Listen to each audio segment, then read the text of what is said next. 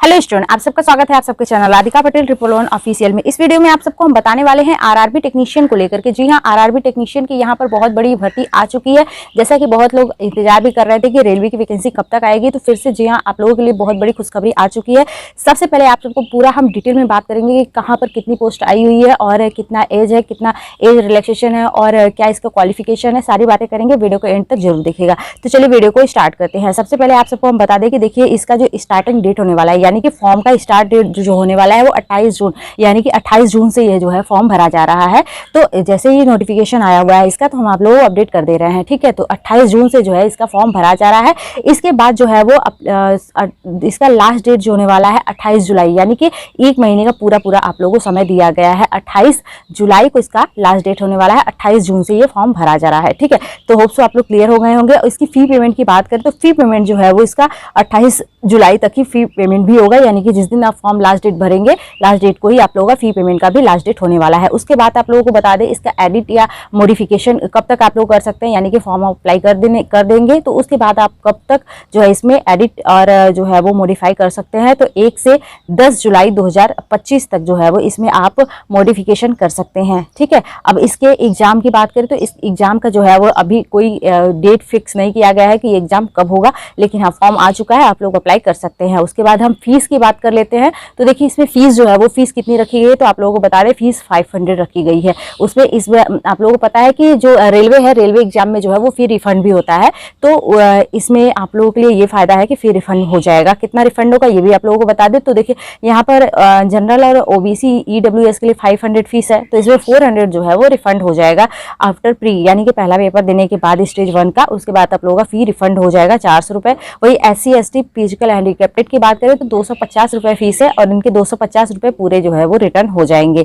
अब उसके बाद फीमेल की बात करें तो फीमेल का भी 250 रुपये फीस रखा गया है और 250 रुपये भी ये जो है फी रिफंड हो जाएगा, रिफंडेबल है ये अमाउंट। ठीक है, इसके बाद एज काउंट की बात करें तो एज जो है वो कब से काउंट होने वाला है, तो एज जो है वो 1 जुलाई 2025 से इसका एज काउंट होगा कि आप कितने साल के हुए। ठीक है, उसके बाद आप एलिजिबल है या नहीं है। ठीक है, तो अब इसके बाद हम आपको टेक्नीशियन ग्रेड 1 की जो आप लोगों को कितने वर्ष एज होनी चाहिए, तो 18 से 33 ईयर के हैं तो आप फॉर्म अप्लाई कर सकते हैं। ठीक है, 18 से 33 ईयर जो है वो इसमें टेक्नीशियन ग्रेड 1 के लिए जो है एज रखा गया है। उसके साथ आप लोगों को एज रिलैक्सेशन भी दिया गया है, जैसा कि ओबीसी और SC ST के लिए एज का रिलैक्सेशन मिलता है 3 ईयर और 5 ईयर का, यानी कि ओबीसी को 3 ईयर का और SC ST के लिए जो है वो 5 ईयर का एज रिलैक्सेशन भी दिया जाता है। वहीं टेक्नीशियन ग्रेड जो है वो 3 की बात करें तो इसमें 18 से 33 ईयर एज रखी गई है। ठीक है, मतलब सेम रखी गई है, जितना टेक्नीशियन ग्रेड 1 में जो एज रखी गई है उतना ही टेक्नीशियन ग्रेड 3 में भी एज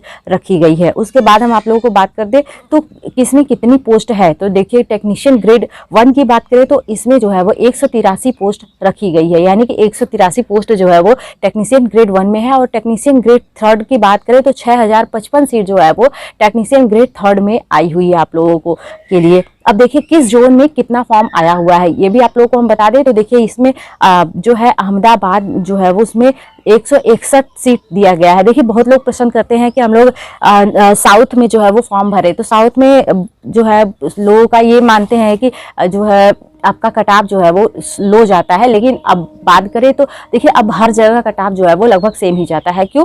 क्योंकि देखिए हर जगह कंपटीशन हो गया है। अब बच्चे समझ भी चुके हैं कि पहले ये होता था कि किसी को पता नहीं रहता था कि किस जोन में कितना कंपटीशन है और दूर जाना नहीं चाहते थे, लेकिन अब नौकरी कितना मारामारी हो गई है, इसलिए हर जोन में लोग फॉर्म भर रहे हैं। तो आप ये मत सोचिएगा कि हम लोग साउथ या ईस्ट में जाकर वेस्ट में जाकर के जो है वो फॉर्म भरेंगे तो ज़्यादा उसका सक्सेसफुल होगा, लेकिन ये जितना आप लोगों का नज़दीक रहेगा उतना आप लोगों के लिए जो है वो अच्छा रहेगा। तो चलिए इसमें हम और जोन का बात करें कि और जोन में कितना फॉर्म है। तो देखिए अजमेर जो है, अजमेर में 139 पोस्ट दिया गया है, अजमेर में 139 पोस्ट है।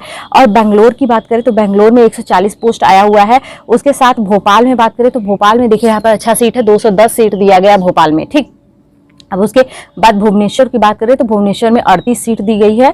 और उसके बाद बिलासपुर में 71 है। देखिए चंडीगढ़ में भी आपका अच्छा पोस्ट आया है, 466 पोस्ट जो है वो चंडीगढ़ में आया हुआ है। उसके बाद चेन्नई में बात करें तो चेन्नई में काफ़ी अच्छा पोस्ट दिया गया है, 1347 पोस्ट जो है वो चेन्नई में आया हुआ है।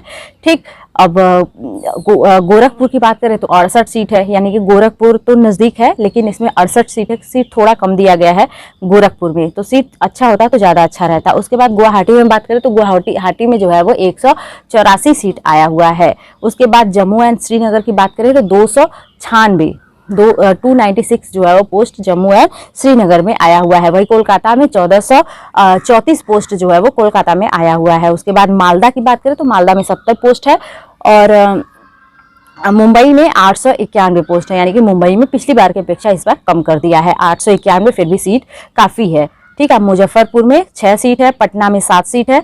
उसके बाद प्रयागराज की बात करें तो 239 सीट है, ठीक है। रांची में 35 सीट है और सिकंदराबाद में 113 सीट है और सिलीगुड़ी में 133 सीट आया हुआ है और त्रिवेंद्रपुरम में जो है वो 197 सीट आया हुआ है यहाँ पर। तो आप लोग जितने भी अप्लाई करना चाहते हैं फॉर्म, आप लोगों को हमने पूरा डिटेल बता दिया कि किस जोन में कितना फॉर्म आया हुआ है, उसके हिसाब से आप लोग समझ सकते हैं कि कहाँ से फॉर्म भरना चाहिए, कहाँ से नहीं भरना चाहिए, ठीक है। अब हम क्वालिफिकेशन की बात करें तो देखिए टेक्नीशियन ग्रेड 1 के लिए जो क्वालिफिकेशन रखी गई है वो जो है वो बैचलर डिग्री आपको होना चाहिए, आपके पास बैचलर डिग्री, वो भी साइंस इन फिजिक्स में होना चाहिए या इलेक्ट्रॉनिक्स में होना चाहिए, कंप्यूटर साइंस या इंफॉर्मेशन टेक्नोलॉजी यानी कि आईटी में होना चाहिए, या आपके पास बीएससी होना चाहिए इन कॉम्बिनेशन आप सब सब्जेक्ट सब स्ट्रीम आप physics, electronic, computer science, IT या इंस्ट्रूमेंटेशन, ठीक है, इसमें होना चाहिए। उसके बाद और करके दिया गया है कि आप बी या बीटेक होना चाहिए, आपके पास 3 ईयर इंजीनियरिंग पॉलिटेक्निक होना चाहिए, ठीक है, diploma in above basic stream से, ठीक। अब इसके बाद हम टेक्नीशियन ग्रेड 3 की बात करें तो टेक्नीशियन ग्रेड 3 में जो है वो कैंडिडेट हु हैव 10+2 यानी कि आपके पास 12वीं होना चाहिए फिजिक्स और मैथ में। यदि आप 12वीं पास हैं फिजिक्स और मैथ में तो आप लोग ये फॉर्म भर सकते हैं। उसके साथ यदि आप फिजिक्स मैथ में नहीं है यानी कि साइंस स्ट्रीम से नहीं है तो आपके पास ITI होना चाहिए, यानी यदि आपके पास ITI है तो भी आप जो है ग्रेड 3 का फॉर्म भर सकते हैं। उसके बाद जो है अदर स्टेट जो हु है पास्ड, अगर आपके पास 10वीं पास है और ITI सर्टिफिकेट है इन देखिए और अदर पोस्ट के लिए है इसमें कि अदर पोस्ट भी है इसमें, तो इसमें अगर आप 10वीं पास है और ITI है तो भी आप फॉर्म भर सकते हैं। उसके बाद अब हम बात करें तो इसमें देखिए CBT 1 और CBT 2 एग्जाम होगा, यानी कि कंप्यूटर बेस्ड टेस्ट होता है इसमें। उसके बाद जो है वो डॉक्यूमेंट वेरिफिकेशन होता है, उसके बाद आप लोगों का मेडिकल एग्जाम होता है। तो होप सो आप सभी लोग समझ गए होंगे कि इसमें जो वैकेंसी आई हुई है काफ़ी अच्छी आई हुई है और आप लोगों के लिए बहुत ही बेहतरीन मौका भी है। आप लोग अप्लाई करके इस फॉर्म को जो है भर सकते हैं। और आप लोग देखिए पिछली अभी रेलवे की वैकेंसी आई हुई थी, पुलिस की वैकेंसी आई हुई थी, बहुत सारे ट्रेड में जो है वैकेंसी आई हुई, तो आप लोगों की तैयारी भी अच्छी चल रही होगी, पिछली हुई होगी, ठीक है। तो उसके हिसाब से समझे तो काफ़ी अच्छा मौका है आप सभी के लिए। आप लोग प्रिपरेशन पहले से किए हुए हैं और यदि आप इस फॉर्म को भी भरते हैं, देखिए जोन तो है, जोन में कई अलग अलग जगह पे ज़्यादा पोस्ट है, कई जगह कम भी है पोस्ट, लेकिन माने तो ज़्यादा जोन पे जिस जोन में ज़्यादा सीटें रहती है वहाँ पर जो है वो ज़्यादा बच्चे अप्लाई करते हैं। तो आप लोगों के लिए ये अच्छा होगा कि आपके नज़दीक का जोन जो है वहीं से आप अप्लाई करिए, क्योंकि अब हर कोई समझ रहा है कि कहाँ से फॉर्म भरना चाहिए, कहाँ पर मेरिट जो है डाउन जाने वाली है, कैसे क्या करना है। तो मिला जुला के माने तो लगभग सेम ही पड़ जाता है हर जगह का, ठीक है। तो उसी के हिसाब से आप लोगों के नज़दीक जो होम टाउन के नज़दीक जहाँ का जोन रहेगा वहाँ से आप लोग फॉर्म भरेंगे तो आप लोगों के लिए ज़्यादा बेनिफिट रहेगा। यानी कि जब एग्जाम CBT 1 तो आप लोगों के जो है वो जिले में ही हो जाएगा, लेकिन मतलब अगल बगल हो जाएगा जिले के, और या जिले में भी हो सकता है। लेकिन जो CBT 2 है, अगर CBT 2 के लिए आप क्वालिफाई करते हैं तो जिस जोन से आप फॉर्म भरते हैं, यानी कि आपने भर दिया त्रिवेंद्रपुरम या चेन्नई भर दिया आपने, तो उस जोन में जा करके आप लोगों को फॉर्म भरना पड़ेगा, वहाँ पे जा करके जो है वो फॉर्म जो है वो एग्जाम जो है वो देना पड़ेगा CBT 2 के लिए, ठीक है। तो बहुत सारे अभ्यर्थी ऐसे होते हैं जो CBT 1 में क्वालिफाई किए रहते हैं, लेकिन जो है CBT 2 में जो है वो नहीं जा पाते हैं एग्जाम देने के लिए, ठीक है। तो उसका कारण आप मतलब समझ ही सकते हैं, कोई भी रीजन रहता है। बहुत लोग नहीं चाहते हैं कि दूर जाए, लेकिन फॉर्म भर दिए रहते हैं तो वो नहीं करते हैं। बहुत लोग ज्वाइनिंग के बाद नहीं जो है वो जाते हैं, तो बहुत सारे रीजन होता है। तो उसको सोच समझ के फॉर्म भरेंगे तो ज़्यादा अच्छा रहेगा, ठीक है। वीडियो आप लोगों को कैसी लगी जरूर कमेंट बॉक्स में बताया करें, और प्लीज़ हमें सपोर्ट करने के लिए वीडियो को लाइक और चैनल को सब्सक्राइब जरूर कर लीजिएगा, जिससे सारी अपडेट आप सब तक पहुंचती रहे, ठीक है। चलिए ऐसे ही मिलते हैं अगली वीडियो में, तब तक के लिए जय हिंद, जय Bharat. Thank you for watching.